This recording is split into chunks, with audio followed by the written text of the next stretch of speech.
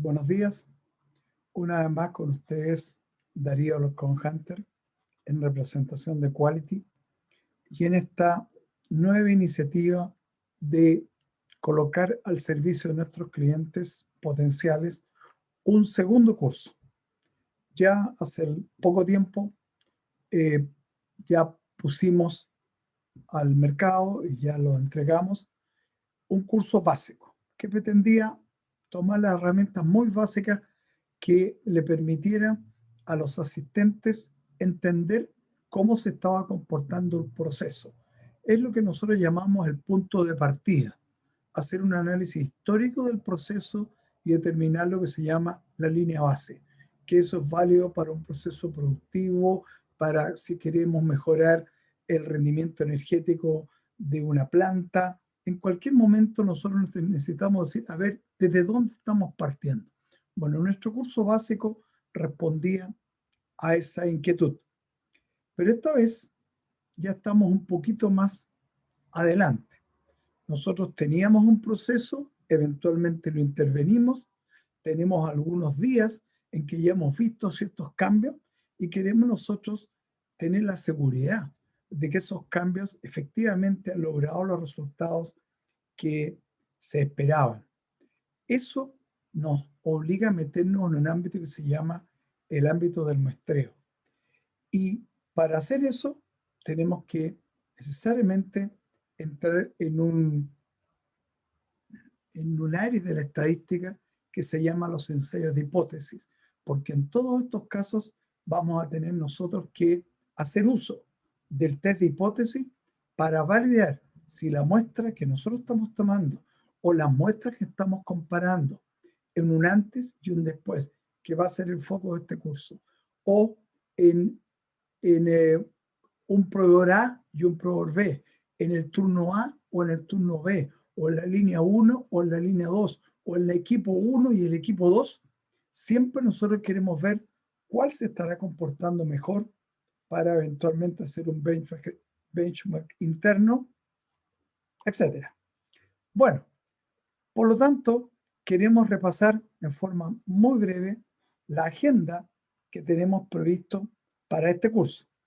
Para eso, permítanme compartirles la pantalla y decirles que lo primero que nosotros necesitamos ver es el tema de la variación del muestreo.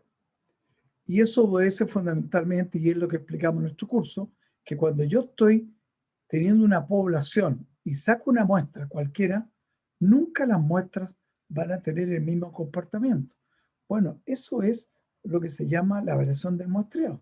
¿Y cómo voy a poder saber si esa muestra representa o no representa a la población? Bueno, eso me obliga a entrar en lo que se llama el test de hipótesis, donde nosotros tenemos que tomar una decisión y en la decisión nos enfrentamos a rechazar la hipótesis, que sería el ideal, ¿no es cierto?, desde el punto de vista estadístico, o no tener suficiente evidencia de rechazo y tener que aceptar algo porque no tenemos suficiente evidencia estadística. Y eso nos lleva a que yo puedo tomar una buena decisión o una mala decisión, lo que está asociado al riesgo tipo 1, riesgo alfa, falso positivo, rechazo falso. O, mirando a la otra cara, el error tipo 2, el riesgo beta o el falso negativo o la falsa aceptación. Y en contrapartida, cuando uno actúa acertadamente, nos genera un grado de confianza de que yo estoy tomando buenas decisiones o eventualmente me permite a mí tener la seguridad de que mi ensayo es lo suficientemente potente para discriminar lo que yo ando buscando. Bueno, esos son básicamente los desafíos que yo debo enfrentar en un muestreo. Y para eso, en este caso, solo para presentar la agenda, les quiero mostrar un caso típico que nosotros nos encontramos. Tenemos aquí una estadística descriptiva donde tenemos un desempeño inicial de un proceso, donde tenemos, supongamos, un rendimiento diario, tenemos una historia de 250 días, donde indudablemente aquí tenemos las características en las que se comporta el proceso. No estamos conformes ni con esta media, ni estamos conformes con esta gran desviación. Y por lo tanto decidimos intervenir. A nosotros nos gustaría que esto mejorara al menos en unas 200 unidades. Vale decir, debiéramos llegar a algo parecido a 260. Y en este momento, ¿qué estamos viendo con estas muestras que tenemos aquí? 6 muestras, ya logramos 330 y logramos bajar también la desviación estándar a un nivel bastante interesante. Pero la pregunta es, bueno, ¿eso será estadísticamente significativo?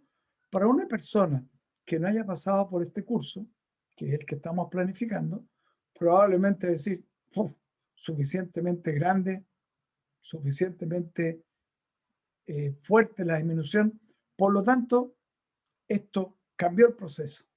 Bueno, si nosotros utilizamos una de las herramientas que enseñamos nosotros en el curso básico, nos damos cuenta que efectivamente hay una diferencia. Cuidado que aquí los datos son transformados porque esto no responde a una curva normal. El comportamiento de los datos, me refiero. Entonces, son datos que están transformados en forma algorítmica, que es parte de lo que enseñamos en el curso básico, y aquí nosotros vemos que hay una diferencia observable. Y también tenemos que hay una diferencia en variación. Aquí gráficamente pareciera que el proceso ahora tiene una variación mucho mayor. Entonces uno dice, bueno, yo tengo un test de hipótesis que yo puedo probar, que es el test de 2 muestras. Si yo hago un test de 2 muestras contra la hipótesis nula, que es que las medias son iguales, ¿qué puedo decir? No puedo rechazar esa hipótesis. Por lo tanto, ¿qué quiero afirmar? Que esta media, aunque se ve distinta, es estadísticamente similar a esta. ¿Por qué? Básicamente por el tamaño de la muestra. Si eso yo lo quiero corroborar con, con un intervalo de confianza, que es otro de los temas que cubrimos en nuestro curso, nosotros nos damos cuenta que, claro, hay una diferencia entre el antes y el después. Aquí está la diferencia de prácticamente 130. Pero ¿qué nos dicen los intervalos de confianza? Este intervalo de confianza es muy amplio, derivado fundamentalmente de la gran desviación estándar y del tamaño de la muestra. Una de las herramientas que nos entrega la estadística es calcular lo que se llama la potencia y tamaño de la muestra.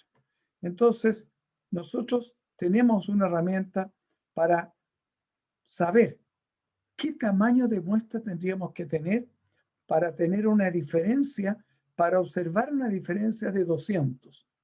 Dijimos que queríamos mejorar más o menos a nivel de unos 230, algo por ahí. Bueno, quiero ver una diferencia de 200. Pero ¿qué nos dice este análisis? Que usando un test de un error tipo 1 del 5% o un valor de P de un 5%, una potencia del 80%, que está acá, resulta que necesitamos una muestra de tamaño 27. Nosotros estábamos teniendo una muestra de tamaño 6. Con razón, no podíamos ver esa diferencia. Entonces no me bastan 6 días para detectar los cambios. Lo que me está sugiriendo esta herramienta es que necesito al menos 27 días para poder visualizar si estoy o no estoy logrando la mejora. Pero también veíamos que teníamos una variación en términos de desviación estándar. ¿Y qué nos está diciendo esto? No puedo rechazar la hipótesis nula que en este test de 2 varianzas, esas varianzas sean distintas. Por lo tanto, de nuevo, las dos muestras tienen la misma variación, independientemente que yo vea gráficamente que hay una diferencia, pero esa diferencia no se valida estadísticamente derivado justamente del tamaño de muestra. Tenemos que tener al menos 27. Bueno, hecho eso, nuestro equipo que está trabajando en la mejora sigue trabajando, espera un tiempo prudente y esto es lo que estamos reflejando acá. Después de 35 días, vuelve a hacer la prueba. Y ahora, claro, ya hay una diferencia un poquito más amplia. ¿Se fijan? Casi 230. Nosotros con 200 ya estaríamos felices. Pero bueno, la desviación estándar mejoró casi un tercio. Los valores mínimos y máximos están bastante mejor manejados. Veamos una carta de control. ¿Qué nos dice la carta de control? Que efectivamente hay una diferencia. Esperamos que ahora, como ya superamos los 27 días que teníamos previsto, esa diferencia sea estadísticamente significativa. Hacemos un test de 2 muestras y ¿qué tenemos ahora?